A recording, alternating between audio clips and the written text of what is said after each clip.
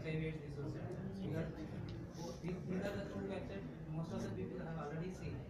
Okay, suppose if we are designing a website which looks like the similar kind of thing, so whenever a person comes and visits the first time, oh, this is looks like the similar one. So even the content may be the good content, the knowledge and everything will be there. The interest may not be that much be captured from this way. So that's why we kept it to the consideration, those things in our mind. So accordingly we design, and at the same time we try to keep the uh, minimum labels, and at the same time minimum layouts and all things, so that it should be very simple and very catchy. So we are also proposing those website, maybe URL maybe looks like the kmsnaco.gov.in. This is subset of NACO website, so that we the visibility and familiarity will be more, and the security and everything. So and we also given the name India HIV Knowledge Management System. So NACO logo comes here at the top of that header, and in the footer we are giving all those relevant links relevant to the means. This is a separate website, so directing to the NACO website, NACO HIV/AIDS Resource Center, and all the SACs also. And in the future, we want to relink it to the other relevant websites also. We are going to put it. At the same time, while designing all those things, we are also kept in the mind that this is going to be the NACO's website. So the government of India has, the NIC has laid guidelines for design and development of the website. We are going to follow those guidelines also. So we kept all those things in our mind. So this is a small menu, the home. When a person clicks on the home, so it will is wherever he is there in the website, any page. The knowledge management system, this is the menu, and this menu contains some sub menus also, and knowledge sharing assets, and the events, and the news, and the health, and there is a search bar, and this search bar is a basic search as well as advanced search also. I'll explain when I come to that particular page. This is the basically three blocks. So we adopt like the recent knowledge assets. So let me say the recent 5 or 6, or maybe you can define at the time of development 5 or 10, which are looks like simple and basic. So we list all those things here, and we were thinking that time like most of these websites nowadays maybe a scrollable image, or maybe the video those things. So we just kept here, and the calendar of events, or maybe we were thinking of later also like if suppose in the second phase of this project, so we want to have a forum kind of thing, the discussion, latest discussion, or we can give the latest some poll questions asking to the people and giving. At the same time, like I think some of our earlier team was also explaining the commenting section will be only restricted to the registered users. Registered users initially only the NACO users, even though some of the knowledge assets, maybe once the knowledge assets are being finalized, so it will be visible and access to all. But the comment section and the rating, and there are some restricted sections will be only for those people who are having the user credentials. This is my first page. On the bottom, like feedback, the normal things and archiving, and even user the website statistics also. So under the KMS menu, we are going to have a sub menus. So about KMS, and the team working on this.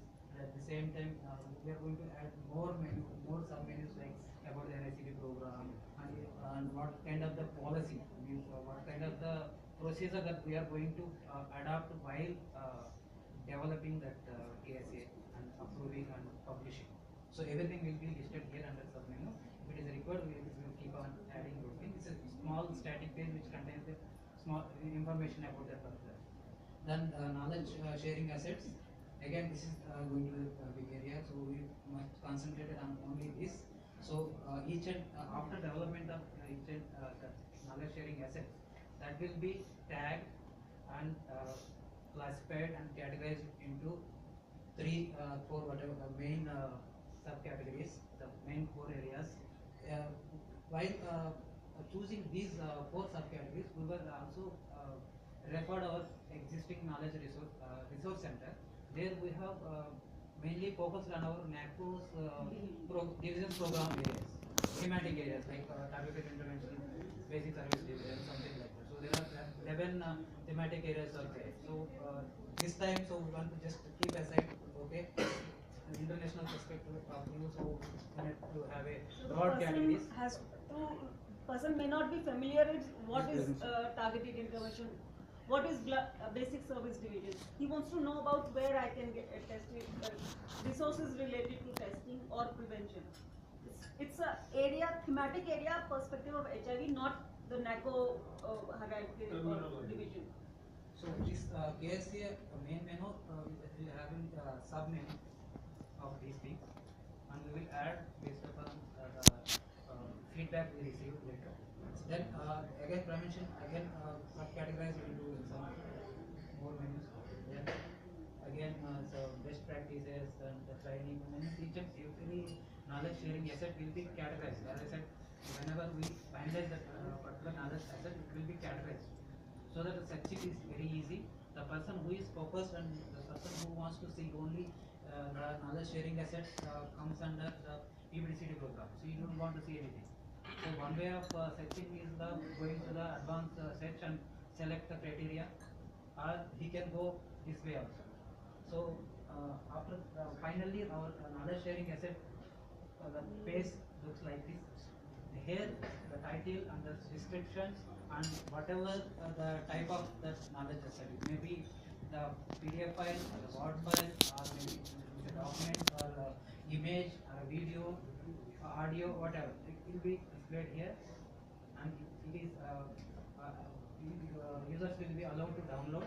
And again, the commenting and some restricted functionalities will be given only for the people who are having the user credentials, so that it can be very easy to monitor later. And all the content we are proposing, all the content, whatever the content is going to be posted on this website, should be moderated by the governing body or the screening committee, who is the final authority. So then the other menus like health section will be there, the events and news. We have some subsections, the FAQ section, and also ask a question and giving the feedback. Here also we can in the second page, while going to the second page, we will also give a separate corner for providing let me say that maybe in the field area there may be a lot of tacit knowledge may be available. So they want to submit their thing. So I have this thing, so they can also submit them, or maybe the team who are screening this thing will forward to the expert committee. And so all those functionalities also kept in mind. So we will look at all those sections here. All right. Well done. And I actually want to point out something I think is really cool. Yeah, this back one. Really, this actually applies to mobile well. So what you've done here, you've taken the knowledge asset, right? And then you pivot around everything around the knowledge asset, right? All the metadata, everything you need to know about that thing, right? And so that really could be your primary interface. You might have a list of them somewhere, but you click on them and you get all the other functionality is attached to the asset itself. I love that idea. And actually that can be applied to mobile very easily. So that's really good. I like that a lot. And let me preempt the next group a little bit on the mobile stuff. Someone had a great question. Remember when we started out? What's the difference between a website and an app? Well, as Ben pointed out, since he does this kind of work, the way it looks shouldn't look really much different. It's just an app is a delivery platform, right? And it's easier for a developer to develop within an app because they give you exactly what they want you to see. There's always some nuances with browsers, how it's going to work, because there's tons of them out there, even on your phone, right? So it's really a delivery device. But the look and feel of it, more or less, should be the same. You just have more control with an app. That's why everyone wants to download an app. What's the problem with having apps? tons of apps. I have so many on my phone, I don't even know what they do. And I'm the one that downloaded, right? So that becomes problematic, but that's very clever, well done. Okay, so we have one more group, right? We have